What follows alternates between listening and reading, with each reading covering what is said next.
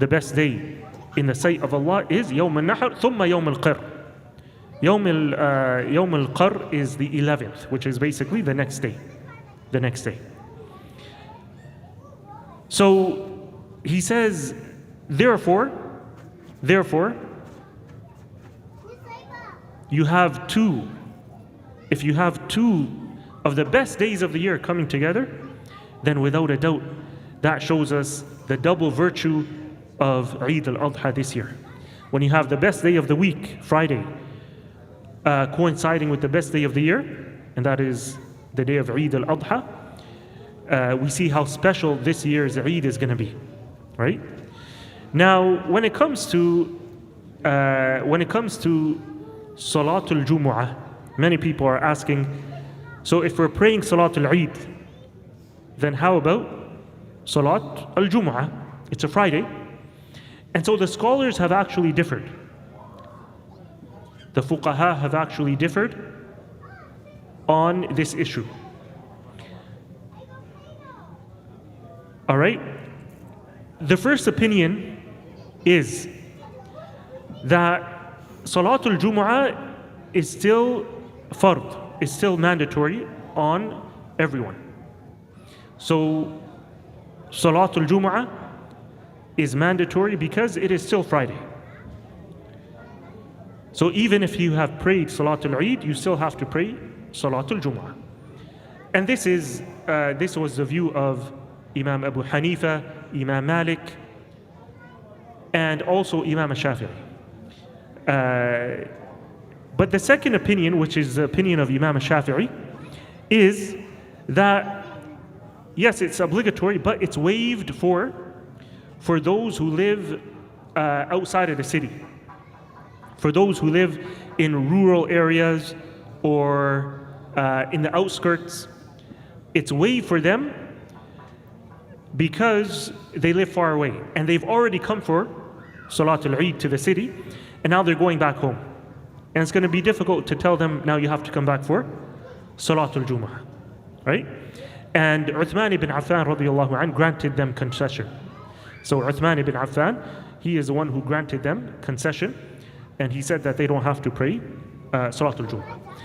The third view is that anyone who prays Salatul Eid, he does not have to pray Salatul Jumu'ah. Anyone who has prayed Salatul Eid does not have to pray Salatul Jumu'ah. However, the Imam has to hold a Salatul Jumu'ah. So the masjid has to arrange a Salatul Jumu'ah for those who didn't get the opportunity to pray Eid. So there could be some people who had missed Eid. So what's their fault?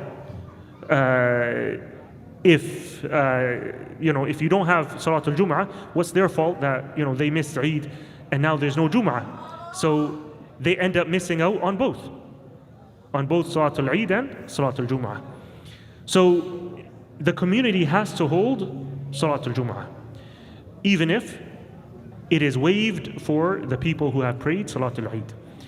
And this opinion, inshallah, is the more correct opinion. And it is the opinion that is attributable to many of the companions, like Umar radiallahu an, Uthman radiallahu an, Abdullah ibn Mas'ud, Abdullah ibn Abbas, Abdullah ibn Zubayr, and many others from among the companions. And so Shaykh al-Islam Ibn Taymiyyah, he says, there is no known dispute among the companions about this. That basically, this is the correct opinion. So, insha'Allah ta'ala, if you make it for Salatul Eid, you don't have to pray Salatul Jumu'ah. However, if you decide, why not? Let me pray Salatul Jumu'ah, then there's nothing wrong with that. Right? There's nothing wrong with that. If you pray Salatul Eid, you can still pray Salatul Jumu'ah if you want. Right? But we're saying you're not sinful if you don't pray Salatul Jumu'ah. That's what we're saying, right? In addition to that, if you don't pray Salatul Jumu'ah, does it mean you don't pray anything? No. If you don't pray Salatul Jumu'ah, then what do you have to pray? You have to pray Salatul Dhuhr, right? Don't forget that. that if you have prayed Salatul Eid and you say, okay, I'm not going to pray Salatul Jumu'ah, you still have to pray Salatul Dhuhr, right? So make sure that you pray Salatul Dhuhr, right?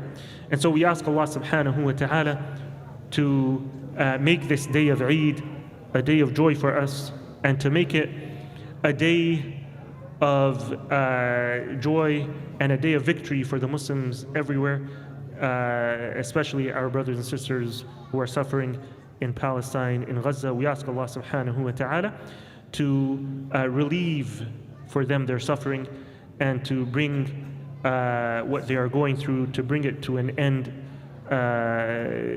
sooner rather than later.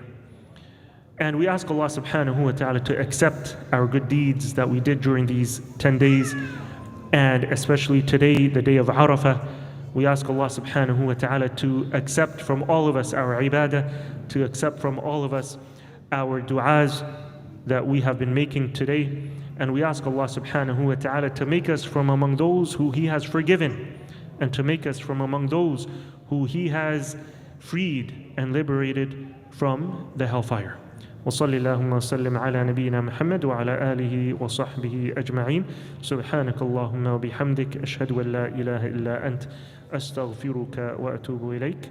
والسلام عليكم ورحمة الله وبركاته.